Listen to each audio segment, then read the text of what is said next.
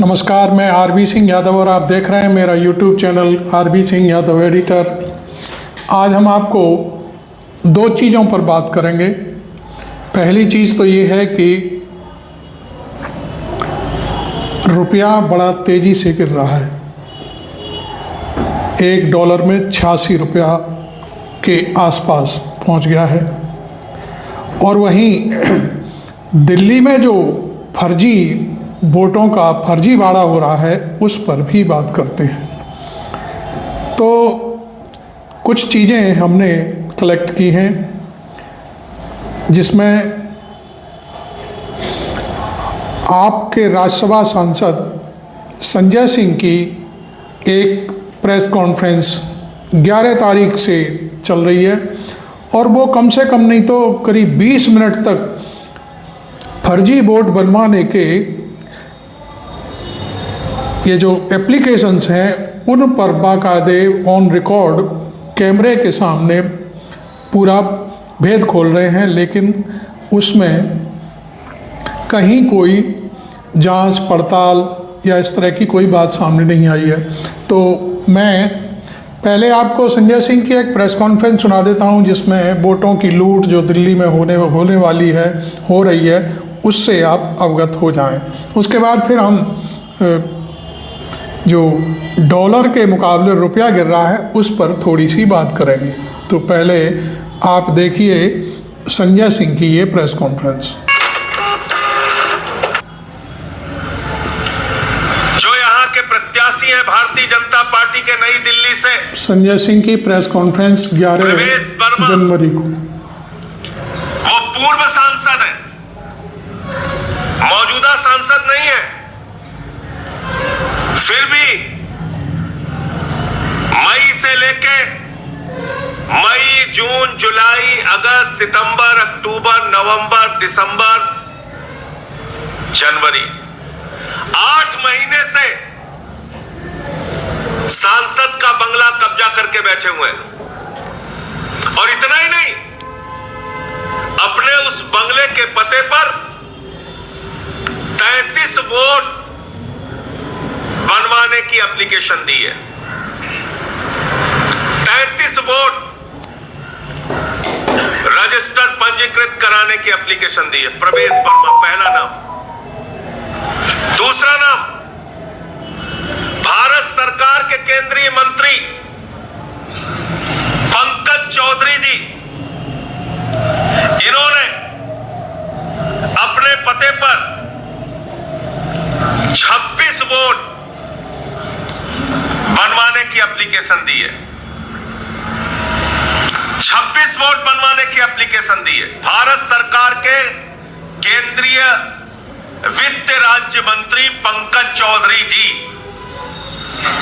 भारत सरकार के केंद्रीय मंत्री कमलेश पासवान जी ने अपने पते पर 26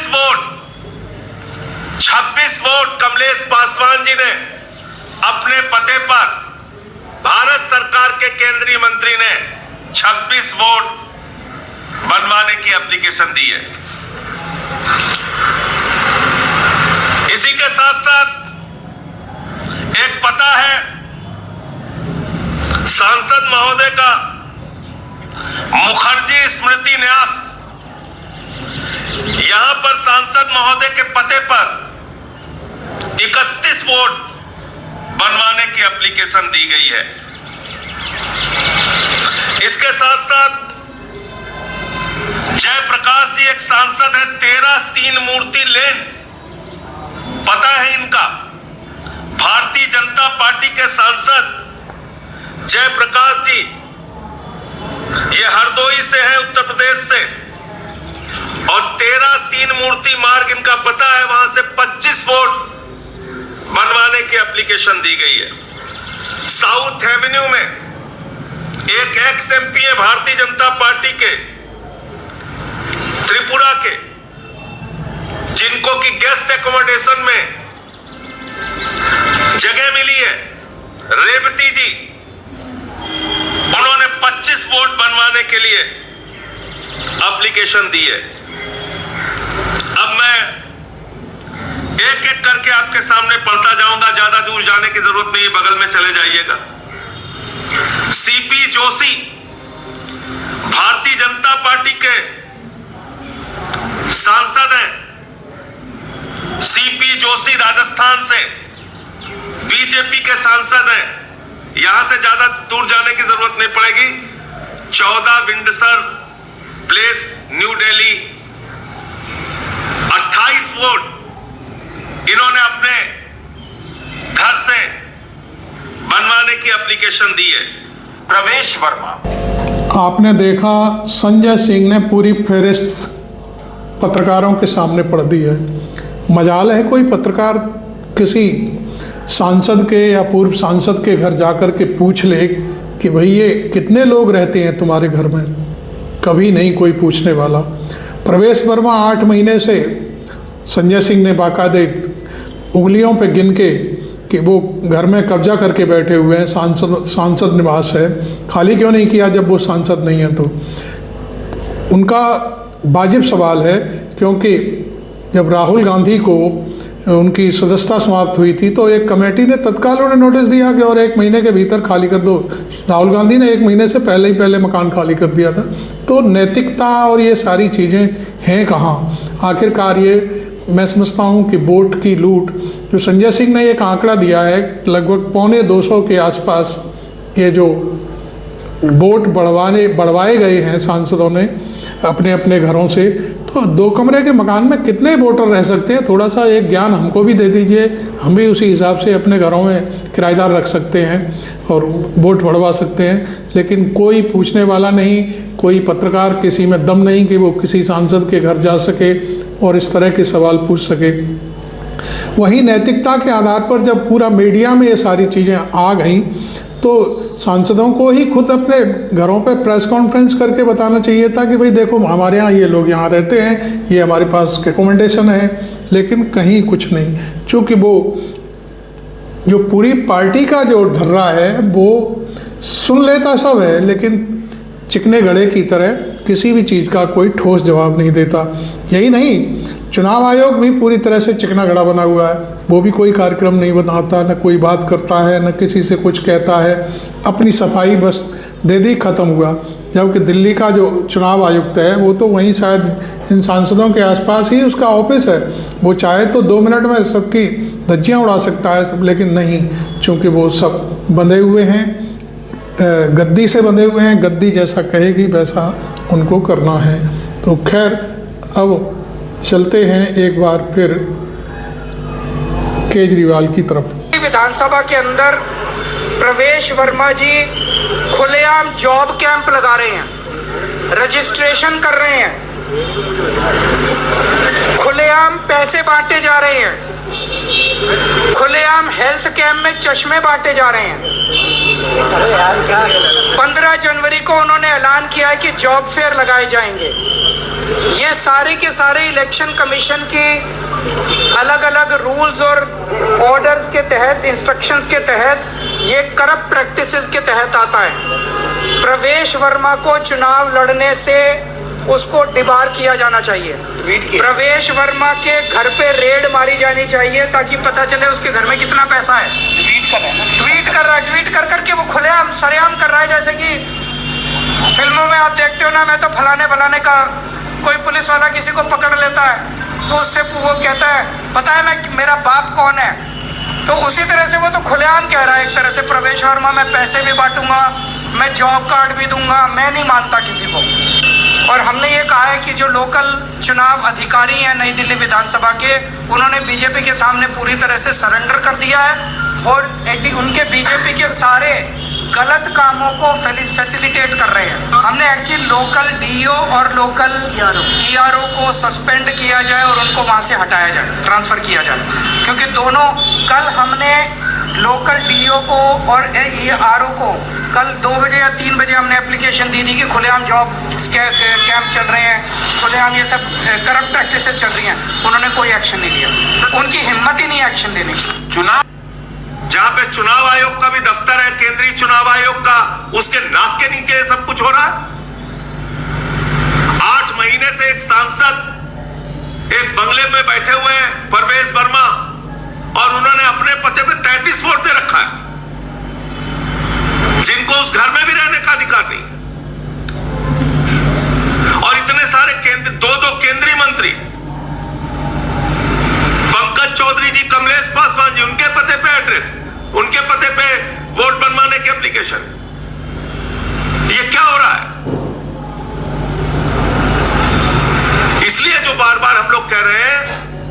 भारतीय जनता पार्टी चुनावी फ्रॉड करके, घोटाला करके, वोटर लिस्ट में घपला करके, vote deletion, vote addition, vote shifting करा के चुनाव जीतना चाहती है, तो मैं समझता हूं आप सभी मीडिया कर्मियों की भी जिम्मेदारी है। आप देश के चौथे स्तंभ में, इन पदों पर जाकर एक बार चेक कीजिए, कहां है ये 44 वोट, कहां है ये 28 वोट, कहां है ये 26 वोट, कहां है ये लोग। इसको देखना चाहिए और चुनाव आयोग को तत्काल संज्ञान लेकर इन लोगों के खिलाफ इस चुनावी फ्रॉड में शामिल होने का मुकदमा दर्ज कराना चाहिए। हम भी इस वीडियो में यही दिखाने की कोशिश कर रहे हैं कि आखिरकार देश का मीडिया कहाँ है। दिल्ली में बैठा हुआ है, चैनल चल रहे हैं, लेकिन इस तरह का जो खबर है, ये खबर है कहाँ चैनलों पे। डिबेट चल रही है, कुंभ चल रहा है, मंदिर के नीचे मस्जिद चल रही है, मस्जिद के ऊपर मंदिर चल रहा है, ये सारी चीज़ें खूब चल रही हैं। 2 मौलाना बैठा लिए, 2 संत बैठा लिए और फिर एक दूसरे से गाली गलौज, ये सारी चीज़ें आपको बिल्कुल मिल जाएंगी। सब कुछ फर्जी रिपोर्टिंग हो रही है। एसी में बैठ कर के किसी के एक ही व्यक्ति पूरा सारी व्यवस्था, पूरे देश की व्यवस्था पर सवाल उठा रहा है, सारे विपक्ष पर सवाल उठा रहा है। लेकिन ये जो घपला उजागर किया है संजय सिंह ने, मैं एक बार फिर कहूँगा कि मीडिया है कहाँ। अब मैं आपके सामने जो रुपया गिर रहा है उस पर बात करूँगा और डॉलर ऊपर जा रहा है, इस पर सरकार क्या कर रही है। सरकार के ऊपर इस बात से कोई फ़र्क नहीं पड़ रहा कि डॉलर इतना ऊंचा क्यों जा रहा है और डॉलर रुपया इतना नीचे क्यों गिर रहा है। न कोई बात कर रहा है, न कोई मीडिया में खबर है इस मुद्दे पर।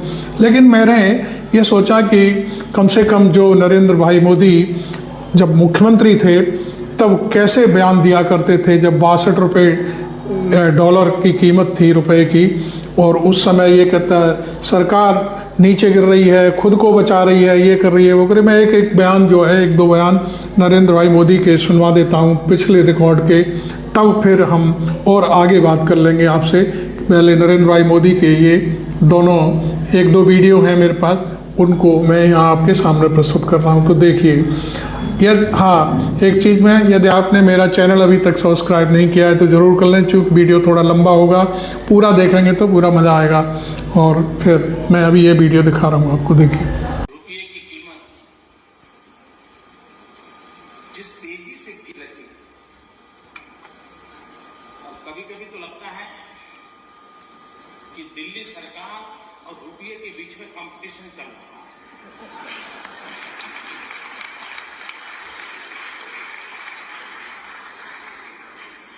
किसकी आबरू तेजी से गिरती चली जा रही है, कौन आगे जाएगा, इसकी कंपटीशन चल रही है। अरे ये नेपाल का रुपया नहीं गिरता है, बांग्लादेश की करेंसी नहीं गिरती है, पाकिस्तान की करेंसी नहीं गिरती, श्रीलंका की करेंसी नहीं गिरती, क्या कारण है हिंदुस्तान का रुपया पतला होता जा रहा है? ये जवाब देना पड़ेगा आपको, देश आपसे जवाब मांग रहा है। आज सरकार के तमाम चाटुकार खामोश है और सबसे बड़ी बात, आज प्रधानमंत्री नरेंद्र मोदी के पुराने बयान सामने उभर कर आ रहे हैं, जो उन्हें आईना दिखा रहे हैं। एक एक करके तमाम बयानात आपको मैं दिखाऊंगा। दोस्तों, सबसे पहले मैं आपको याद दिलाना चाहूंगा कि नरेंद्र मोदी जी ने क्या कहा था जब वो गुजरात के मुख्यमंत्री थे, कि सरकार को सिर्फ अपनी चिंता है, उन्हें इस बात की चिंता नहीं कि डॉलर के मुकाबले रुपए की क्या हालत है। सुनिए ये बयान जो उन्होंने पहले दिया था। देश का दुर्भाग्य है कि दिल्ली के शासकों को न देश की रक्षा की चिंता है, न रुपये की कीमत की चिंता है। उन्हें अगर चिंता है तो कुर्सी बचाने के कार्यक्रमों की चिंता है, कुर्सी बचाने के तौर तरीके क्या हो, उसी में वो डूबे हुए हैं। और इसी के कारण आज देश के लिए वो कुछ सोच पाएंगे, डॉलर के सामने रुपया ताकत के साथ खड़ा हो, इसके लिए कोई योजना कर पाएंगे, ये तो कुछ नजर नहीं आ रहा है। पिछले 3 महीने में जिस तेजी से रुपये की कीमत टूटती गई है, गिरावट आई है, और दूसरी तरफ 3 महीने में सरकार की तरफ से एक भी कदम लिया गया हो ऐसे कोई संकेत नजर नहीं आ रहे और तब जाकर के देश को चिंता होना बहुत स्वाभाविक है। और एक बार रुपया गिरता चला जा रहा हो तो दुनिया की आर्थिक शक्तियां इसका भरपूर फायदा उठाती है। उसको भी रोकने में दिल्ली की सरकार पूरी तरह विफल गई है। पिछले 5 साल से लगातार हम सुनते आए हैं कि बस 3 महीने में महंगाई कम होगी, 3 महीने में महंगाई कम होगी। पिछले 5 साल में 100 बार दिल्ली के किसी न किसी राष्ट्रीय स्तर के सरकार के नेताओं ने देश को आश्वासन दिया, महंगाई भी रोक नहीं पाए। यानी कोई ऐसा क्षेत्र ऐसा हो जिसमें कोई विश्वास से कह सके कि उन्होंने कुछ करने की कोशिश की, कहीं कुछ नजर नहीं आ रहा है। और तब जाकर के कल्पना के बाहर का बहुत बड़ा संकट आज देश के सामने खड़ा हुआ। ठंड में बीजेपी की बैठक कवर कर रहे पत्रकारों का हालचाल लेकर उनका दिल जीत लिया, ठंड में अपना ख्याल रखने के लिए कहा और नववर्ष मकर संक्रांति की शुभकामनाएं दी।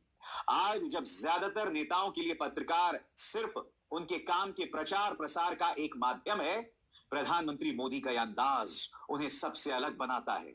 यहां यह जानना भी दिलचस्प है कि जिस जगह पर प्रधानमंत्री मोदी पत्रकारों कैमरामैन से मिले, वहां कम उम्र और कम अनुभव रखने वाले पत्रकार ज्यादा थे। ये पत्रकार इस बात को लेकर खुश है कि प्रधानमंत्री नरेंद्र मोदी ने उनसे पूछ लिया साहब, उनसे पूछ लिया कि आप ठंड में खुश हैं। और हम सब जानते हैं ये प्रधानमंत्री का अंदाज़े बयान, ठंड तेज पड़ रही है वो सवाल किया जाएगा। ये पत्रकार उसी बात को लेकर खुश है। डॉलर के मुकाबले जो रुपया गिर रहा है उस पर कोई सवाल नहीं कर रहा है। आपको याद है कि निर्मला सीतारमण से सवाल पूछा गया था कि भाई जो डॉलर के मुकाबले रुपया गिर रहा है इस पर आपका क्या कहना है, तो उनका यह कहना था नहीं, रुपया नहीं गिर रहा है, डॉलर उठ रहा है। ये क्या बयानात हुआ भाई? ये वही बात हुई कि साहब मैं तो प्याज नहीं खाती, इसीलिए अगर उसकी कीमतें भी बढ़ रही हैं तो मुझे उससे कोई लेना देना नहीं। आज मैं आपको निर्मला सीतारमण के 2 बयान सुनाना चाहता हूं जो इस वक्त सोशल मीडिया पर वायरल हो रहे हैं। वो बयान जब उन्होंने बतौर प्रवक्ता कहा था और वो बयान जो उन्होंने अभी कुछ सालों पहले कहा था जब डॉलर के मुकाबले रुपये में गिरावट आई है। और आज तो ये 90 की तरफ बढ़ रहा है। सुनिए उनका पुराना और नया बयान, सुनिए। A great sense of concern about the falling rupee. It is about to cross the 62 mark against the dollar. Indian economy and the state of affairs in the Indian economy are very clearly getting reflected in this falling value of rupee. First of all, I would look at it as not rupee sliding. I will look at it as dollar strengthening incessantly. So obviously all other currencies are performing against a strengthening dollar.